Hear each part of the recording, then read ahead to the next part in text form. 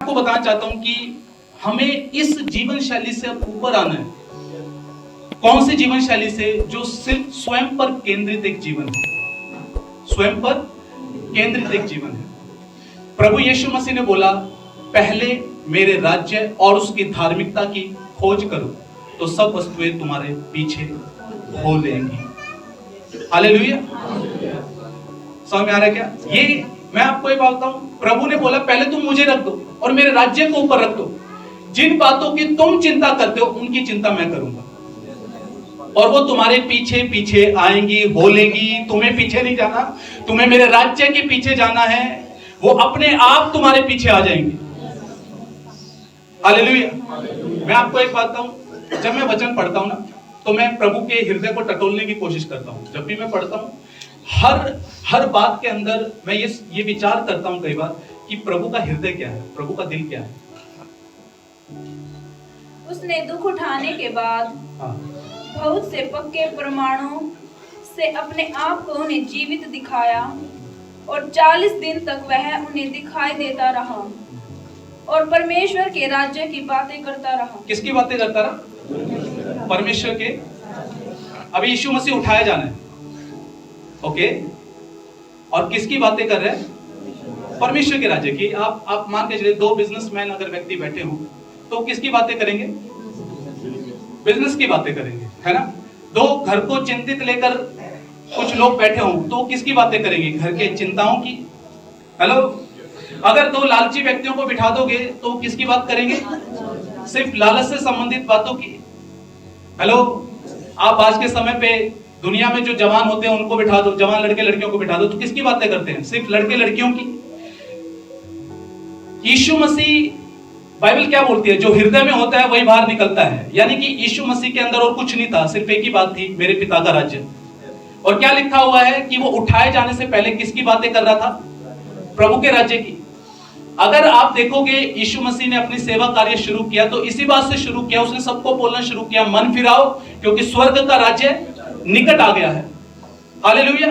आप यीशु मसीह की तकरीबन शिक्षाओं को अगर आप देखोगे तो वो बार बार एक बात रिपीट करता है, परमेश्वर का राज्य ऐसा है, परमेश्वर का राज्य ऐसा है, परमेश्वर का राज्य ऐसा है, परमेश्वर का राज्य ऐसा है। यानी कि उसकी तकरीबन बातों में अगर आपको कोई बात नजर आएगी तो किसकी नजर आएगी? सिर्फ और सिर्फ राज्य की, केवल पिता के राज्य की।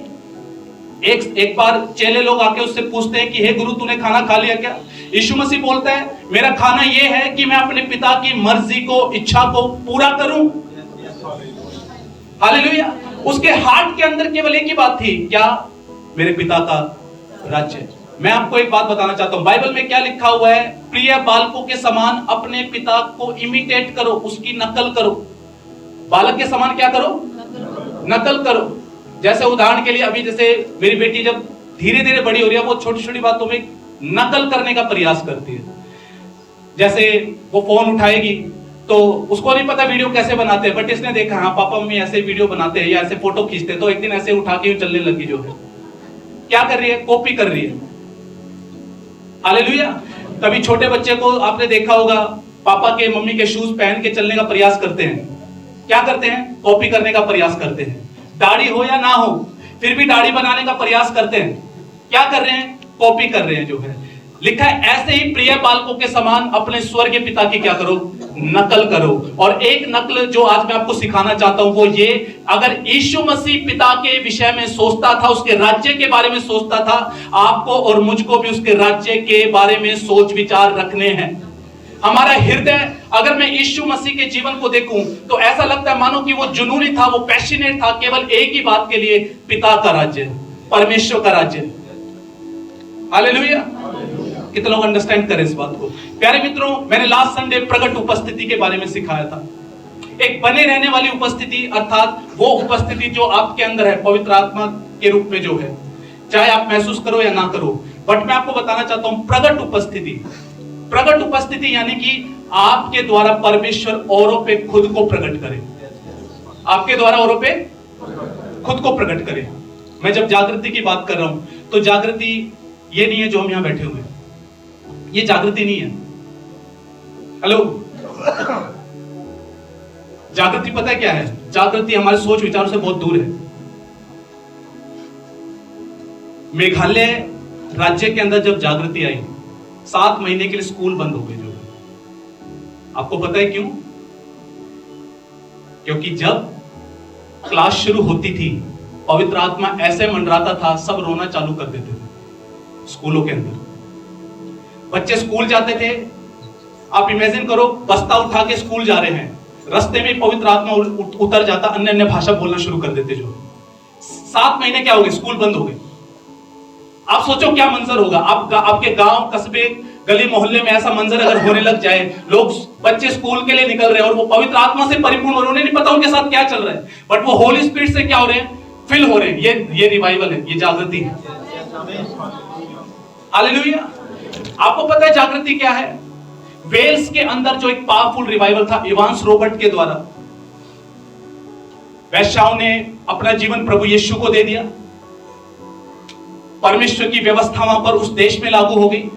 सिगरेट, बीड़ी, दारू के कारखाने, फैक्ट्रियां बंद हो गए क्योंकि लोगों ने पीना छोड़ दिया था। ये रिवाइवल है जो है। हालेलुया। रिवाइवल क्या है? रिवाइवल है जब लोग पश्चाताप करके, पापों से मन फिरा के, जीवते परमेश्वर की ओर फिरने लग जाएं। वो अपने गुनाहों से मन फिराने लग जाएं और जीवते परमेश्वर की तरफ फिरने लग जाएं। ये रिवाइवल है, जागृति है। प्यारे भाई, प्यारे बहन, परमेश्वर ने आपको इसलिए चुना है ताकि आप बोले, आपके बोलने से लोग मन फिराना चालू कर दे। जो हालेलुया। प्रभु ने बोला पतरस को, हे पतरस, मैंने तुझे इसलिए बुलाया कि तुझे मनुष्यों का पकड़ने वाला मछुआरा बनाऊं। आप में से एक एक इसलिए बुलाया गया है कि आप मनुष्य को पकड़ने वाले मछुआरे बन जाएं। हालेलुया। अभी तो भारत की कलीसिया उस लेवल पे आई नहीं है। अभी तो चर्चिज के अंदर रिवाइवल है, जागृति है। बट पता है जागृति क्या है? जागृति है जब कोई लंगड़ा रास्ते में बैठा हो और पतरस यूहन्ना की तरह वहां पे गए, यीशु के नाम में चल फिर। अड़ोसी पड़ोसी देख रही है क्या हो क्या रहा है। जो हेलो, ये तो कलीसिया में भी नहीं हो रहा है, ये तो सड़कों पे हो रहा है। पतरस के साथ ऐसे ही था। जब पतरस चलता था तो क्या होता था? लोग बीमारों को सड़कों पे लाके रख देते थे कि पतरस की परछाई बस छू ले, चंगे हो जाएंगे। आप इमेजिन करो, कल्पना करो, आपकी गलियों में ऐसा होता हो। आप जा रहे हो, लोग रेडी हैं, बीमारों को सड़कों पे ले आए, गलियों में ले आए। सिर्फ ये बंदा जाएगा, एक बार बस इसका हाथ ही रख जाए या इसकी परछाई छू ले, चंगे हो जाएंगे। हेलो, कितने लोग जाग रहे हैं? मैं कुछ ऊंचे सत्र की बात कर रहा हूं। मैं किसी ऊंचे सत्र, आपके अंदर जब तक इच्छा अगर नहीं जगेगी, मैं ये बातों के द्वारा आपके अंदर जस्ट एक डिजायर आपके अंदर इग्नाइट करना चाहता हूं, एक फायर आपके अंदर जलाना चाहता हूं कि आप एक बड़े उद्देश्य और एक बड़े मकसद और एक बड़े पर्पस के लिए बुलाए गए हैं। हालेलुया। आप सिर्फ इसलिए नहीं है कि आप यहाँ पर आए, आपने कुर्सियां गर्म की और आपने वचन सुना और आप गेट तक जाकर उस वचन को भूल गए और नेक्स्ट संडे फिर वैसे ही आ गए। नो, आप इसलिए नहीं है। आपका पर्पस और आपका उद्देश्य कुछ बड़ा है, कुछ बड़ा है, कुछ बड़ा है। हालेलुया। मैं जब इस संडे से पहले जब मैं प्रार्थना कर रहा था, मैं कहता प्रभु जागृति वही है जब बच्चे, बाइबल में साफ ऐसा लिखा हुआ, अंत के दिनों में मैं अपना आत्मा सब मनुष्यों पे उंडेलूंगा, तुम्हारे बच्चे भविष्यवाणियां करेंगे, तुम्हारे जवान स्वप्न देखेंगे। हालेलुया। प्रभु ग्लोरी क्लाउड प्रेस सेंटर का एक व्यक्ति पवित्र आत्मा से परिपूर्ण हो, भरा हुआ हो, या के बच्चे चमत्कार करने वाले हो, जिसको छू दे वो पवित्र आत्मा से भर जाए, आग से भर जाए, फायर से भर जाए, बच्चा से चमत्कार करने वाला हो। आपका नाम ये ईशानी है ना? ये पतली सी दुबली सी बच्ची, हाँ, आई थिंक इसका अंगूठे जितना तो मेरा एक, मतलब मेरे अंगूठे जितना तो इसका एक हाथ ऐसा होगा। ये छोटी सी बच्ची, कल्पना करो, प्रभु बोल रहे हैं कि मैं ऐसे बच्चों पर अपना आत्मा उंडेलूंगा। हेलो, प्रभु के राज्य में जो पहलवान नहीं है वो भी पहलवान है, जो पहलवान नहीं है वो भी पता है कैसे पता लगेगा? जब ये बच्ची किसी पे हाथ रखेगी, वो पहलवान भी 2 फुट पीछे जाके गिरेगा। हेलो, ऐसा इस कलीसिया के एक बच्चे के साथ हो। ये मेरी प्रार्थना दिल की गहराई से, प्रभु इस कलीसिया का एक बच्चा फिल हो जाए, एक बच्चा भर जाए, एक बच्चा भर जाए जो। हालेलुया। और ये रिवाइवल है, ये जागृति है। जब तक जब तक बहादुरगढ़ में ऐसे काम नहीं दिखेंगे, लोग नहीं मानेंगे यीशु धर्म नहीं है, यीशु जीवित परमेश्वर है। इसलिए मैं प्रकट उपस्थिति के बारे में बात करता हूं। आपके अंदर चाहत हो, प्रभु हमें मैनिफेस्ट प्रेजेंस चाहिए, मैनिफेस्ट ग्लोरी, प्रकट उपस्थिति, प्रभु हम उसमें जीना चाहते हैं, हम प्रकट प्रेजेंस में जीना चाहते हैं। हेलो प्रभु, टीवी में नहीं जीना, फिल्मों में नहीं जीना, दुनियादारी में नहीं जीना, तेरी उपस्थिति चाहिए। सबसे अधिक तेरी अगर प्यास है तो तेरी प्रेजेंस की, तेरी उपस्थिति की।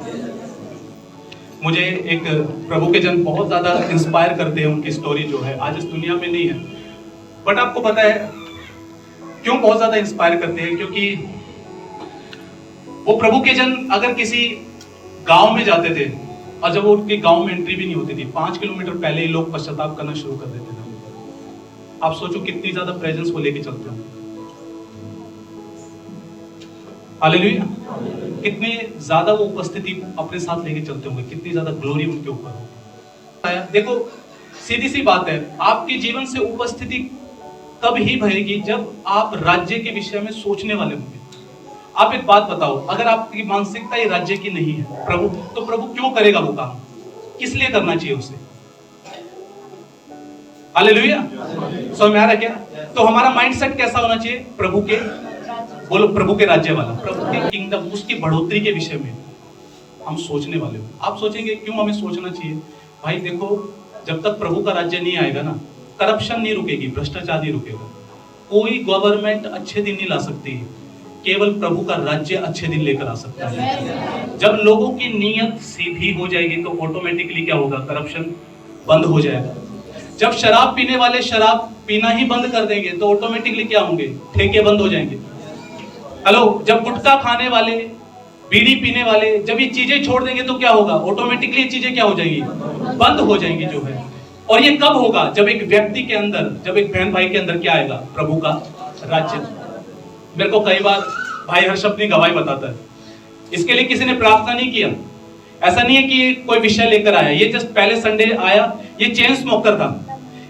भाई की वाइफ कई बार बोलती थी छोड़ दो इसे, जो है छोड़ दो, शादी से पहले नहीं बताया, शादी के बाद कई बार इस भाई ने प्रयास किया छोड़ दे। ये बताता मैं चेन स्मोकर था, एक खत्म हो जाती दूसरा चालू कर देता। कितने बंडल पी जाते थे? 2 एक दिन में, 2 एक दिन में कितने? आप सोचो, इतना चेन स्मोकर जो है वो फर्स्ट टाइम वो यहाँ पर आया, उसके लिए किसी ने प्रार्थना भी नहीं की, उसने विषय भी नहीं बताया, बस यहाँ से गया, प्रभु ने अपने आप ही छू लिया, छूट गई जो है, अपने आप ही बंद हो गया। अब वो ऐसा बताता कोई और भी पीता तो मेरे को अच्छा नहीं लगता। हालेलुया, समझ में आ रहा है क्या? ये क्या है? जब प्रभु का राज्य किसी के जीवन में प्रवेश करता है, उसका जीवन परिवर्तित होना, बदलना शुरू हो जाता है। मैं बीते दिनों रामकरण अंकल की गवाही में सुन रहा था काजल के परिवार से, और मेरे को पता लगा कि पहले गुटखा भी खाते थे, दारू भी पीते थे, बीड़ी भी पीते थे। प्रभु ने गुटखा भी छुड़वा दिया, दारू भी छुड़वा दी, बीड़ी भी छुड़वा दी, जीवन पूरा रूपांतरित हो गया, बदल गया। ये कैसे हुआ? ये जब प्रभु का राज्य किसी एक व्यक्ति विशेष के जीवन में एंट्री करता है, तब वो ऐसे बदलाव को लेकर आता है। हालेलुया, इसलिए प्रभु का राज्य आना क्या है? जरूरी है। कलेश, भाई राजपाल के परिवार में ज्यादा कलेश होते थे, है ना, 36 का आंकड़ा जो है। लेकिन जब प्रभु का राज्य आया तो क्या हुआ? कलेश बंद हुए जो है। जब प्रभु का राज्य एंट्री करता है, हर अंधकार के काम खत्म होने शुरू हो जाते हैं। परमेश्वर का पुत्र इसलिए प्रकट हुआ कि वो शैतान के कामों का नाश करे। हालेलुया। तो इसलिए क्या है? प्रभु का किंगडम आना क्या है? जरूरी है। इसलिए आपको और मेरे को, केवल भाई बहन, हमें ये नहीं सोचना कि मैं चंगा हो जाऊं, मेरा फाइनेंस सुधर जाए, मेरा ये सुधर जाए। आप ऊंचे सत्र पे आप सोचना चालू कीजिए, हे प्रभु मैं आज से तेरे राज्य के विषय के बारे में सोचूंगा, मैं समर्पित हूं तेरे राज्य की बढ़ोतरी के लिए। जो जब प्रभु की राज्य की बात आती है ना, इसमें आपका और मेरा जीवन शैली बहुत मैटर करती है। क्या मैटर करती है? याकूब साफ ऐसे लिखता है, कहता है कि तू बिना कर्मों के अपनी धार्मिकता दिखा तो सही। परमेश्वर कर्म नहीं देखता, बट लोग हमारे कर्म देखते हैं। यानी कि आपका और मेरा जीवन शैली कैसा होना चाहिए? बाइबल में ऐसा लिखा हुआ है पवित्र बनो क्योंकि तुम्हारा बुलाने वाला कैसा है? पवित्र है। एक व्यक्ति कैसे जानेगा कि सचमुच में परमेश्वर का काम आपके जीवन में है? अगर मैं भी कॉम्प्रोमाइज करता हूं, मेरे को जब जहां जरूरत पड़ी मैंने रिश्वत ले ली और रिश्वत दे दी, मैंने झूठ बोलना चाहता हूं मैंने झूठ बोल दिया, जो है वो सामने वाला जिसके सामने चल रहे उसे कैसे पता लगेगा कि आप यीशु मसीह के राजदूत हैं? मेरा एक सवाल है, एक व्यक्ति के साथ हेरा फेरी करके 420 करके आप उसे सुसमाचार सुना सकते हो? वो क्या बोलेगा? वो पता है क्या बोलेगा? वो बोलेगा भाई सुसमाचार की पहले तुझे जरूरत है। इसलिए हमारी जीवन शैली क्या है, हम कैसा जीते हैं, हमारा लाइफस्टाइल क्या है, हमारा चाल चलन क्या है, ये बहुत ज्यादा मैटर करता है कि हम दुनिया के सामने कैसा जीवन बिता रहे हैं या जी रहे हैं। मैं ये नहीं कह रहा कि हम सब परफेक्ट हैं, हमें से कोई सिद्ध नहीं है, बट एटलीस्ट आपके प्रभु हमारा हृदय जानता है, प्रभु चाहता है हमारा वो दिल हो, प्रभु जिस ज्योति की मैं बात कर रहा हूं वो ज्योति मेरे जीवन से प्रकट हो, मेरे बोलने में प्रकट हो। जब सामने वाला प्रभु अगर मेरे को 4 बातें सुना दे तो मेरे को ऐसा बना मैं सुन लूं, मैं 4 गालियां ना बकूं उससे। प्रभु कोई अगर ऐसी लत है, प्रभु ये पीढ़ी तेरे राज्य को बढ़ने में रुकावट है, मैं इसे छोड़ना चाहता हूं। प्रभु ये नशा तेरे राज्य के बढ़ने में रुकावट है, लोग मेरे जीवन को देखते हैं, प्रभु मैं इसे छोड़ना चाहता हूं, तू मेरी मदद कर, मैं जीवन में बदलाव और रूपांतरण चाहता हूं। प्रभु मुझे अपने जैसा बना दे। आपके अंदर जब ऐसी इच्छाएं होंगी प्रभु के राज्य को बढ़ाने की, तो पता है प्रभु क्या करेगा? प्रभु आपको शुद्ध करेगा, ना केवल शुद्ध करेगा वन आपके द्वारा औरों पर खुद को प्रकट करेगा। जो आपको पता है कुलमान कैथरीन प्रभु की दासी ऐसा बोलती थी कि प्रभु को सोने का बर्तन नहीं चाहिए, चांदी का बर्तन नहीं चाहिए, प्रभु को एक समर्पित बर्तन चाहिए। कैसा बर्तन चाहिए? समर्पित बर्तन चाहिए। कई सारे लोग ऐसा सोचते हैं। एक बार पास्टर बेनिन ने बोला प्रभु को, प्रभु मैं कुछ नहीं जानता, मेरे पास कोई टैलेंट नहीं है, मेरे को बोलना भी नहीं आता, मेरे पास कोई गिफ्ट्स भी नहीं है, क्या तू एक ऐसा व्यक्ति जो ना चीज है क्या उसको तू इस्तेमाल कर सकता है? प्रभु ने बोला क्योंकि तू सोचता है कि तू ना चीज है इसलिए मैं तेरे द्वारा काम कर सकता हूं। आप अगर आप ये सोचे कि मैं क्या कर सकता हूं, मेरे जीवन से क्या हो सकता, मैं पढ़ा लिखा नहीं हूं, मैं अनपढ़ हूं, मैं गरीब हूं, सुनो आप अपने चाल चलन से राज्य को प्रकट कर सकते हैं।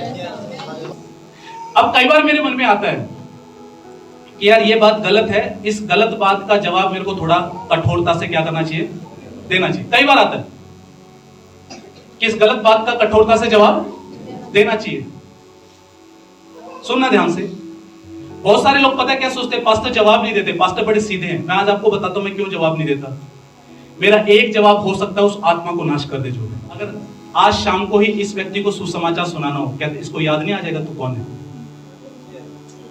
हेलो, अगर आज शाम को ही इसको प्रभु यीशु के बारे में बताना हो, अगर ये किसी घर में टकरा जाए तो किसी के घर पे और पता लगे ये उस घर में रहता है, क्या तू इसको गॉस्पेल प्रीच कर पाएगा? तेरी नजरें शर्मिंदा हो जाएगी। पहले तो आप जाग रहे, शायद हो सकता है आप में से कुछ लोगों को आज अजीब लगे यार क्या बातें कर रहे हैं, बट मैं आपको बताना चाहता हूं राज्य की मानसिकता यही है, जो जहां आप हर क्रिया से आप चाहते प्रभु मुझे तेरा राज्य फैलाना है, मैं कुछ भी ऐसा करने से बचना चाहता हूं जिससे मैं शर्मिंदा हूं, तू शर्मिंदा हो।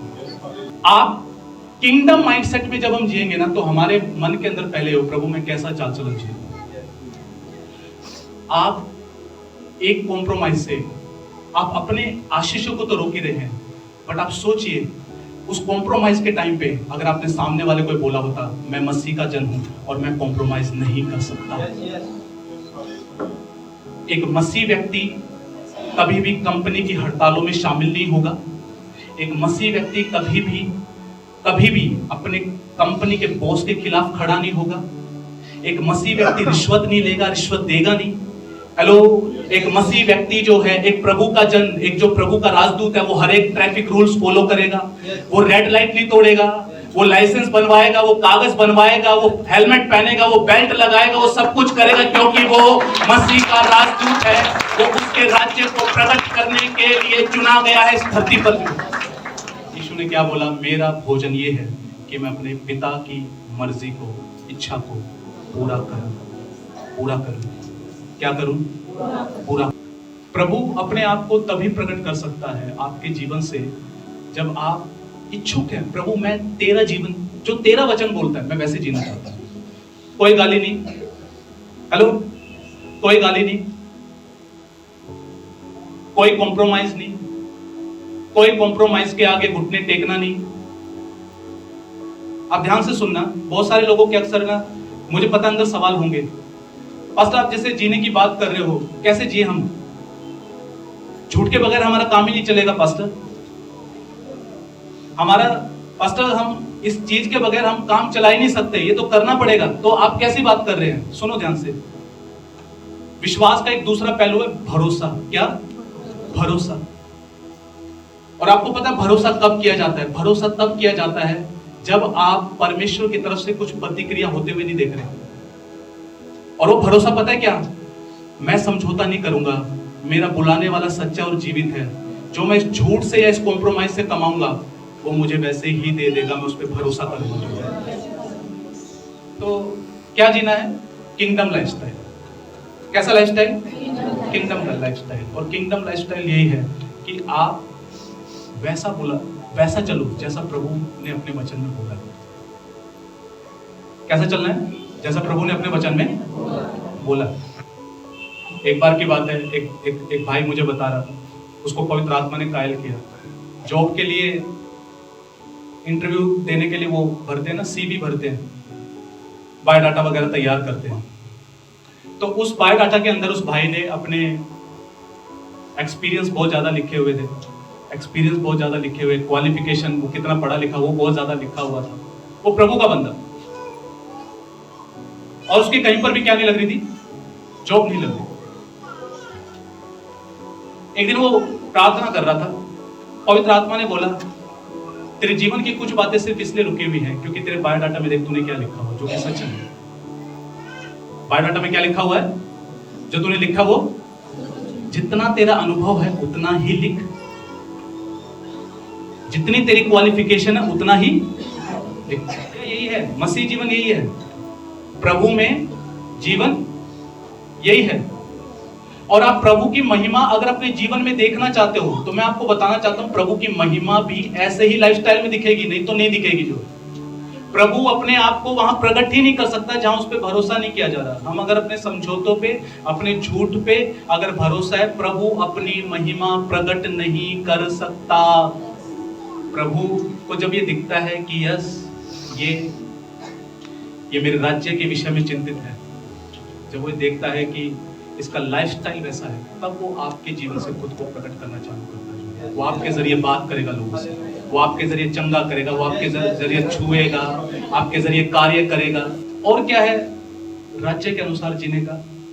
आप जहां जॉब करते हो, चाहे आप नौकरी करते हो, चाहे बिजनेस करते हो, आपको पता है आपको किस तरीके से जीना चाहिए? आपको जीना चाहिए कि ये नौकरी है ना, ये उसके राज्य को फैलाने के लिए, ये उसके राज्य को फैलाने के लिए है। ये जो काम मेरे पास है, ये जो बिजनेस मेरे पास है, ये उसके राज्य को फैलाने के लिए। तो मैं यहाँ पर जो है ना, मैं वैसा जीऊंगा जैसा प्रभु चाहता है, और मैं यहाँ पर लोगों को सुसमाचार सुना के जाऊंगा। हालेलुया। आप किसी स्कूल में पढ़ते हैं, आप गांठ बांध दीजिए, यहाँ के बच्चे मेरा टारगेट है, इनके अंदर मेरे को परमेश्वर के राज्य का बीज बोना है।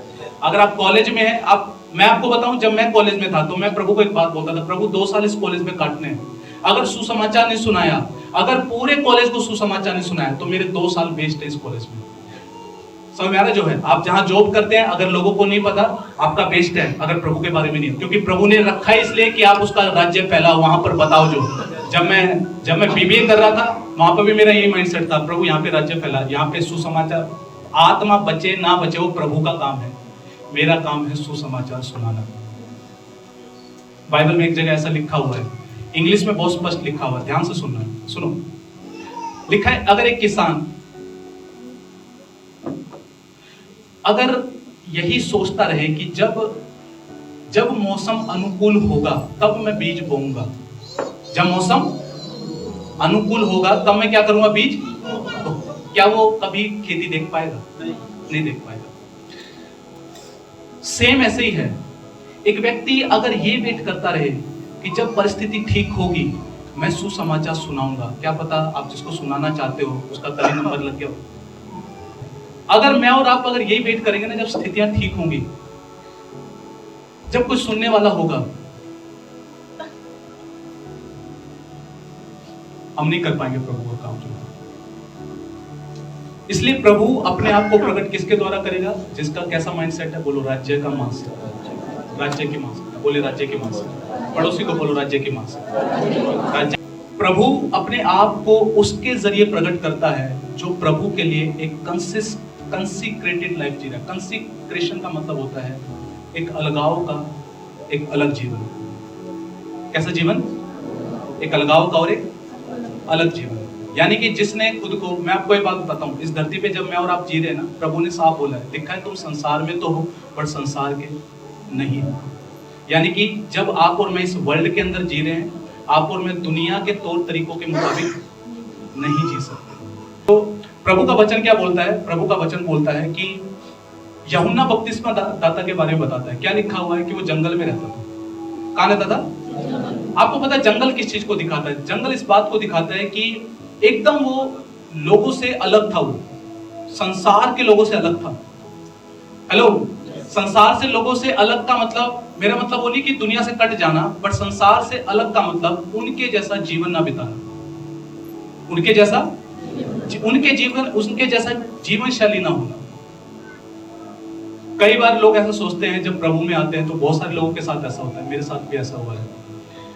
क्या कभी आपने अनुभव किया कि मैं प्रभु में आके बिल्कुल अकेला हो गया? किसी ने अनुभव किया? कभी अकेलेपन का सामना किया?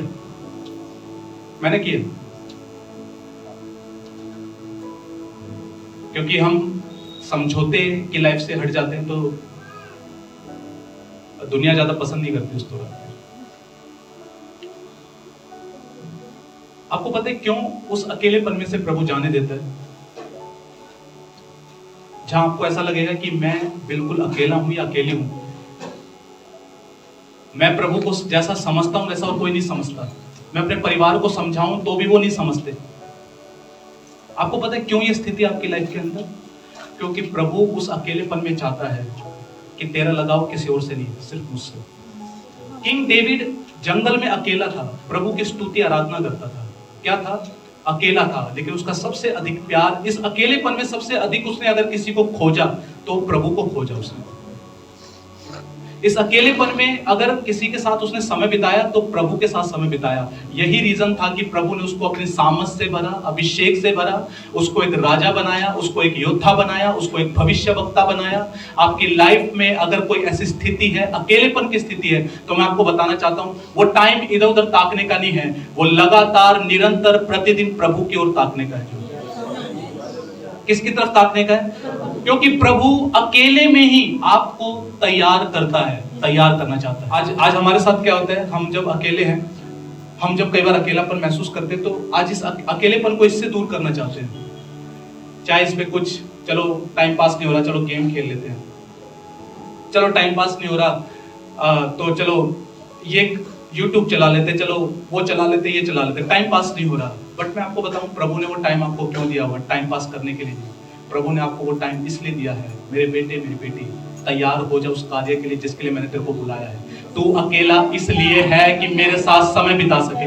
वो समय मैंने किसी और को नहीं दिया, वो केवल तुझे इसलिए दिया है कि तू तैयार हो जाए। मेरे 4-5 ऐसे परम मित्र थे जो मेरे को ऐसा लगता था इनके साथ मेरी दोस्ती लंबी चलेगी, बट वो पांचों के पांचों प्रभु में आते क्या हो गए? पीछे चले गए। एक बंदा मुझे बोला, अरे तू पहले अच्छा था यार, तुम कैसे हो गए हो, पहले जैसे नहीं हो, तो उसने छोड़ दिया जो है। एक भाई था, वो प्रभु में आया, प्रभु में आके फिर वापस चला गया जो है। उसके बाद आज तक नजरें तक नहीं मिलाई उसने, जो है कभी नजरें नहीं मिलाई उसने। और एक और भाई था जो है, उसने भी बहुत ज्यादा इंटरेस्ट नहीं लिया, उसको लगा कि यार ये गलत चले गए, ये गलत फंस गए। उस टाइम पे मैं ऐसा सोचता था कि प्रभु ऐसा क्यों हो रहा है? हर कोई छोड़ के जा रहा है, हर कोई बात करना बंद कर रहा है, हर कोई सीधे मुंह बात नहीं कर रहा, और जिनसे मुझे बात करना पसंद था उनसे बात करना भी अच्छा नहीं लग रहा। ऐसा क्यों हो रहा है? मैं आपको बताऊं, प्रभु का धन्यवाद हो उस अकेले टाइम के लिए, क्योंकि मैंने सबसे अधिक बाइबल उसी टाइम पे पढ़ी, सबसे अधिक प्रार्थना मैंने उसी टाइम पे की। प्रभु ने वो मौका इसलिए दिया था ताकि वो मुझे तैयार कर सके। आप अगर अकेले हैं तो मैं आपको बताना चाहता हूं, इधर उधर ताकना बंद कीजिए। आप अकेले इसलिए हैं क्योंकि प्रभु चाहता है मेरा वचन से अपने आप को भर ले, जो है पवित्र आत्मा से परिपूर्ण हो जा, भर जा, जो है मैंने तुझे इसलिए अलग किया है ताकि तुझे मैं तैयार करूं तेरे द्वारा अपनी महिमा को प्रकट करूं। पास्टर बेनी हिन ऐसा बताते हैं कि जब वो प्रभु में नए नए आए तो उनका जो परिवार था वो एक ऐसे परिवार था, मतलब वो था तो ईसाई परिवार, बट वो कैसा परिवार था, वो जो धार्मिक ईसाई होते हैं जिनको यीशु मसीह से कोई लेना देना नहीं है, बट वो धर्म के फॉलोवर होते हैं, वो एक ऐसा परिवार था। तो पास्टर बेनी हिन अचानक से पवित्र आत्मा की बात करने लगे, अचानक से वो परमेश्वर की बात करने लगे, तो उनके परिवार नाराज हो गया उनसे। और क्या हुआ, जब वो यीशु की बात करे थे तो एक दिन उनके पापा ने उनको बहुत जोरदार तमाचा मार दिया, थप्पड़ मार दिया जो है। और उस दिन के बाद से वो बताते हैं कि मेरे परिवार के बीच में 2 साल तक बातचीत बंद हो गई। 2 साल तक क्या होगी, ऐसा नहीं कि मैं नहीं बोल रहा था, बट उन सब ने डिसीजन ले लिया कि हम इसको नहीं, हम जो है इससे बात नहीं करेंगे। उन सब ने निर्णय ले लिया, भाइयों ने डिसीजन ले लिया, इसलिए ये हमारे खानदान का नाम खराब कर रहा है, इससे बात नहीं करेंगे। पास्टर बेनी ने ऐसा बताते हैं। लेकिन वो वही टाइम था जब मैंने अकेले में घंटों प्रभु के साथ मैंने बिताए, जो है उसकी हजूरी में बिताए। और उन्होंने बताया कि जब 2 साल बीत गए प्रभु ने मुझे इस तरीके से तैयार कर दिया। अब वहां पर अमेरिका में क्या हुआ, वो प्रचार करने के लिए खड़े हुए, उनकी पहली मीटिंग थी, अखबार में छप गया पास्टर बेनी हिन इस हॉल में आ रहे हैं और ये मीटिंग है जो है। पास्टर बेनी हिन पहली बार हॉल में प्रचार करने के लिए इकट्ठे हुए। वो तुतलाते थे, हकलाते थे, और वो प्रभु से बार बार ये कहते, प्रभु आज मेरा प्रचार का पहला दिन है, बट मैं हकलाता हूं, मैं तो तुतलाता हूं, कैसे ठीक होगा। पर जो अखबार में जो न्यूज छपी थी तो क्या हुआ, उनके माँ बाप ने देख लिया, उनके माँ बाप ने सोचा चलो चल के देखते हैं क्या हो रहा है। उस हॉल में पहुंच गए, पास्टर बेनी हिन का प्रचार का नंबर आ गया, उनके मित्र वहां पे थे, उन्होंने बोला आज तो मैं मरने वाला हूं, मेरे मम्मी पापा पीछे आ गए हैं, प्रभु से प्रार्थना करो कि मैं प्रचार कर सकूं। पास्टर बेनी हिन ने जैसे ही मुंह खोलना स्टार्ट किया, उनकी जुबान बिल्कुल ठीक हो गई, हकलापन चला गया, तोतलापन चला गया। जब वो हकलापन और तोतलापन जब चला गया तो वहां पर उनके जो माँ बाप थे, उनके जो पिताजी थे, वो अपनी वाइफ से बोले, यानी कि पास्टर बेनी की मम्मी से बोले ये हमारा बेनी नहीं है, हमारा बेनी तो हकलाता है, ये तो बिल्कुल क्लियर बोलता है। हालेलुया। और उनको नहीं पता था कि उनके माँ बाप की लाइफ में क्या हो गया। पास्टर बेनी हिन को पता था, उनके माँ बाप चले गए, उनका परिवार चला गया। पास्टर बेनी हिन को पता था आज मेरी पिटाई होनी है। तो वो मीटिंग खत्म होने के बाद टोरंटो शहर के अंदर वो गाड़ी टैक्सी चलाते रहे, घुमाते रहे, इस सड़क से उस सड़क पे। वो सोच रहे थे रात के 1:30 बजे जाऊंगा, 2 बजे जाऊंगा। जब मैं 2 बजे जाऊंगा तो तब तक पेरेंट्स सो चुके होंगे और मैं बच जाऊंगा। वो 2 बजे जाते हैं, उनके पेरेंट्स उन्हीं का इंतजार कर रहे थे, जो है वो 2 बजे तक भी सोए नहीं थे। आपको पता क्या होता है, उनके पापा आगे आते हैं, हे बेनी, जिस यीशु को तू जानता है उसको मैं भी जानना चाहता हूं, मैं तेरे द्वारा उसे अनुभव करना चाहता हूं। हालेलुया। वो वक्त आ गया था जब पास्टर बेनी हिन के द्वारा परमेश्वर ने अपने आप को उन पर प्रकट कर दिया। आप समय को बर्बाद करना बंद करें। अगर आपको ये लगता है कि मैं अकेला हूं, मैं अकेली हूं, तो इसलिए आप उसकी प्रेजेंस से फिल हो जाए। आप घंटों उसके वचन में बिताए, प्रार्थनाओं में बिताए। आप जब भर जाएंगे, आपके द्वारा आपके रिश्तेदारों को, परिवारों को, घर परिवार को परमेश्वर खुद को प्रकट करेगा। हालेलुया। प्यारे भाई, प्यारी बहन, सुनो, एक मसीह व्यक्ति के लिए ये कहना मेरा टाइम पास नहीं होता। मैं आपको बताना चाहता हूं, इस धरती के ऊपर, अब मैं ज्यादा पहले नहीं समझता था, अब मैं समझता हूं, इस धरती के ऊपर आपको जो कुछ भी दिया गया है, परमेश्वर एक एक चीज का हिसाब लेगा। समय का भी हिसाब लेगा। तूने अपना समय कैसे बिताया है, तूने अपना टाइम कैसे काटा है। दाऊद बोलता है, हे परमेश्वर, मुझे अपने दिन गिनना सिखा, मुझे अपने दिन गिनना सिखा। आप जो समय बर्बाद कर रहे हैं, आप जो टाइम वेस्ट कर रहे हैं, वो टाइम प्रभु ने इसलिए रखा है आप खुद को उससे भरे, आप उसके वचन से भरे, आप प्रार्थनाओं में समय बिताएं, अन्य भाषाओं में समय बिताएं। अगर ये वेट कर रहे हैं एक दिन मेरे परिवार पर महिमा प्रकट होगी, नहीं होगी। आप समय बर्बाद करते रहिए। आप कम पवित्र आत्मा से भरे हुए होंगे तो वो कैसे अपने आप को आपके रिश्तेदारों पर, पड़ोसियों पर जाहिर करेगा। आप जो भरने का टाइम था, आपने उस टाइम पे कुछ और चीजों से खुद को भर लिया। वो भरने के टाइम को आपने निष्क्रिय कर दिया, जाने दिया, ऐसे ही बर्बाद हो गया। एक दिन प्रभु पूछेगा, वो टाइम बेटा और बेटी इसलिए था, तू मेरे साथ बैठता, मैं तुझे बनाता, मैं तुझे तैयार करता, बट तूने वो समय फेसबुक को दे दिया, इंस्टाग्राम को दे दिया, तूने अपने दोस्तों को दे दिया। वो समय इसलिए था कि तू मेरे साथ बैठे। जब मैं इस गवाही के बारे में बात कर रहा हूं, तो मैं इस बात को समझ पाया। मैंने जब इस गवाही से मैंने क्या सीखा, मैंने इस गवाही से सीखा कि जो समय तेरे पास है वो समय वेस्ट करने के लिए नहीं है। मैं कॉलेज जाता, कॉलेज से 1-1:30 बजे घर आता, मैं प्रार्थना में समय बिताता, मैं वचन में बैठता। मेरी जिस दिन छुट्टी होती तो मैं ये नहीं सोचता था आज टाइम पास कैसे करूंगा। छुट्टी मेरे लिए आनंद की बात होती थी। ओह आज छुट्टी है, आज तो उपवास में बैठूंगा, प्रार्थना में बैठूंगा। आज मसीह लोग क्या सोचते हैं, हैरानी की बात है, जब खाली समय है तो मसीह लोग सोचते हैं आज टाइम पास कैसे हो, आज चलो फलाने पड़ोसी के पास चलते हैं, आज चलो उस रिश्तेदार को बुला लेते हैं, उस रिश्तेदार के पास चलते हैं। भाई बहन, आपका टाइम रिश्तेदारी में समय काटने के लिए नहीं है, वो टाइम प्रभु ने इसलिए दिया है आप उसके वचन के साथ बैठे, आप उसे खोजे, आप उसकी महिमा करें, उसकी आराधना करें। वो आपके कमरे में उतर कर आएगा, वो अपने आप को प्रकट करेगा, वो बोलेगा मेरे बेटे मेरी बेटी तूने अपना समय दिया है, मैं इसका प्रतिफल तुझे शांति से आनंद से तुझे भर कर दूंगा। 2012 के अंदर जब मैंने कमिट किया, मैं इस बात को समझ गया था, दुनियादारी में जीकर तेरा परिवार नहीं बचेगा। दुनियादारी में जीकर तू यीशु मसीह के लिए एक धब्बा बन जाएगा अगर तू वर्ल्ड के तरीके से जिएगा। मैं प्रभु में 2010 में आ गया था, बट मैंने समर्पण 2012 में किया। मैंने 1.5 साल ऐसे लाइफ वेस्ट की। 2012 में मैंने डिसाइड किया कि अगर प्रभु का मकसद पूरा होना है, अगर प्रभु का पर्पस होना है, तुझे प्रभु को खुद को देना पड़ेगा।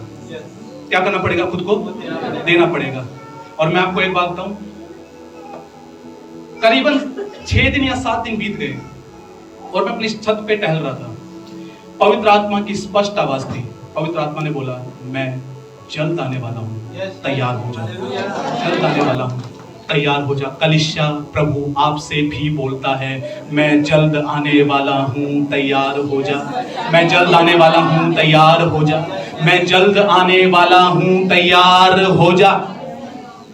इतना कुछ प्रभु के आत्मा ने उस बंद कमरे में सिखाया, मैं ऐसा समझता हूं मैं किसी बाइबल कॉलेज में जाके भी नहीं सीख पाता। जो हालेलुया, हालेलुया। प्यारे मित्रों, प्रभु खुद को प्रकट करना चाहता है। सुनो ध्यान से। आप सोचते होंगे प्रभु की हमें जरूरत है, बट मैं आज आपको बताना चाहता हूं प्रभु को आपकी जरूरत है। क्या आप उसका हाथ बनेंगे? क्या आप उसकी आंख बनेंगे? क्या वो मन बनेंगे जिसके द्वारा वो सोच सके? क्या वो पांव बनेंगे जो यीशु को लोगों के पास लेके जा सके? हेलो, क्या आप वो जीवन समर्पण करेंगे? हे प्रभु, मैं आज समर्पित हूं और मैं अपना जीवन तुझे देता हूं, मुझे इस्तेमाल कर। मैं खुद को चढ़ाता हूं, मैं जीवित पवित्र भावता हुआ तुझे चढ़ाता हूं प्रभु। मैं अपना जीवन चढ़ाता हूं प्रभु, मैं अपना जीवन चढ़ाती हूं प्रभु। मैं तुझे चढ़ाता हूं, मैं खुद को चढ़ाता हूं प्रभु। प्रभु का धन्यवाद हो कि प्रभु ने मुझे अनुग्रह किया उस समय पे उसके साथ बैठने के लिए। प्रभु ने प्यास को देखा, तड़प को देखा, और उसकी बदौलत आप सब यहाँ बैठे हुए। उसकी बदौलत आज बहादुरगढ़ के अंदर प्रभु एक प्रभावशाली कलीसिया को खड़ा कर रहे थे धीरे धीरे। हालेलुया। अगर मैंने उस टाइम पर वही समय अगर मैंने ऐसे काट दिया होता, टाइम पास किया होता, और मैं यही वेट कर रहा होता मैं एक दिन कुछ हो जाएगा, कुछ नहीं होता। प्रभु ऐसों के द्वारा अपने आप को क्या करेगा? प्रकट करेगा, प्रकट करेगा। मैं आपको बताना चाहता हूँ, मेरे दिल की डिजायर यही है, प्रभु तेरी प्रकट उपस्थिति। अगर कुछ चाहिए तो हमें तेरी प्रकट उपस्थिति। प्रभु मैं जानता हूँ मेरा बोलना किसी को नहीं चेंज कर सकता, मेरा समझाना किसी को नहीं बदल सकता, बट एक मुलाकात जो तुझसे हो जाएगी वो सब कुछ बदल देगा। हालेलुया। मैं एक भाई को कल मैं बोल रहा था, लोग इवन चमत्कार का भी इनकार कर सकते हैं। लोग इवन चमत्कार का भी इनकार कर सकते हैं। 10 कोढ़ी थे। कितने कोढ़ी थे?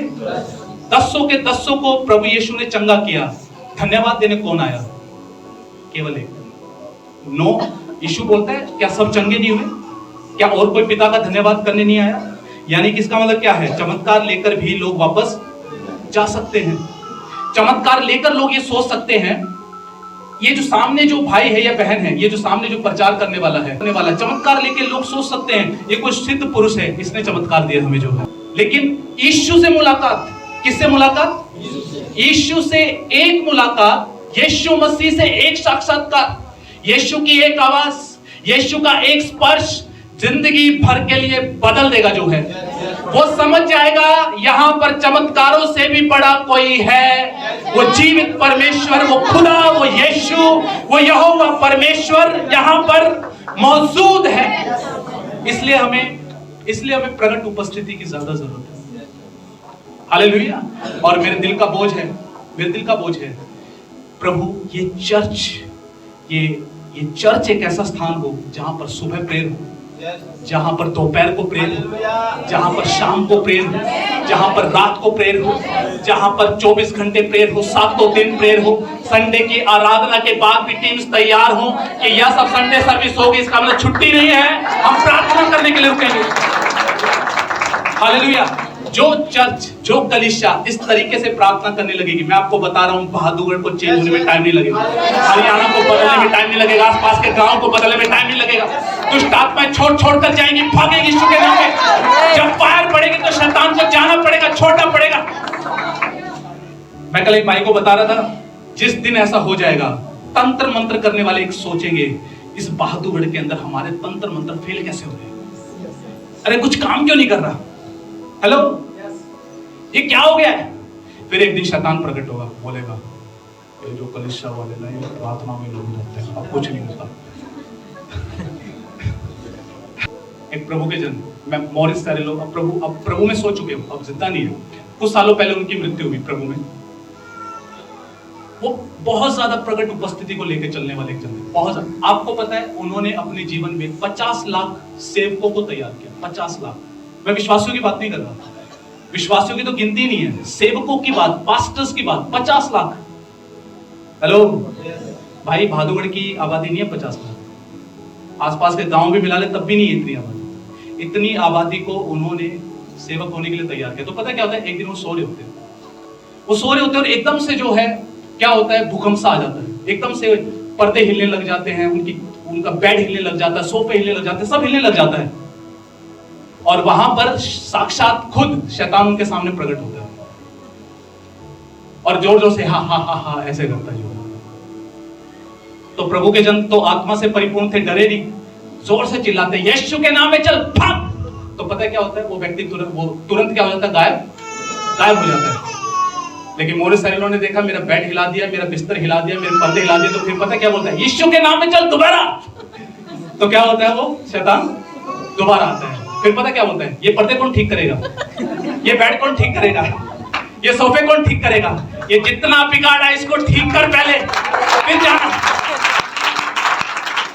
हालेलुया। इसे बोलते हैं शैतान की एकदम भुंडी बेइज्जती कर देती। सेपरेट लाइफ, कंसीक्रेटेड लाइफ, एक ऐसा जीवन जो प्रभु के लिए सेपरेट हो। एलिया भविष्यवक्ता की वो लाइफ थी, और वो अपना इंट्रोडक्शन एक ही बात से देता है। जब वो इजराइल पे प्रकट होता है तो एक बात बोलता है, मैं तिप्सी एलिया जो हर समय प्रभु की उपस्थिति में मौजूद रहता हूं। मैं तिप्सी एलिया जो हर समय परमेश्वर की उपस्थिति में मौजूद रहता हूं। वो यही बताता है, मैं रहता ही प्रभु की प्रेजेंस में। इसलिए क्या था, इतना ज्यादा फियरलेस था, इतना ज्यादा बोल्ड था कि राजा को जाके बोलता है, जब तक मैं नहीं बोलूंगा ना, क्या नहीं होने वाला, बारिश नहीं होने वाली, और जब मैं बोलूंगा तब बारिश होगी। क्योंकि प्रभु की प्रेजेंस में रहता था, उपस्थिति में रहता था, प्रभु से बात करता था।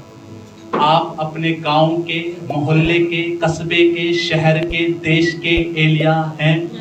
आप इस वजह से हैं कि प्रभु आपके जरिए अपनी महिमा कर प्रकट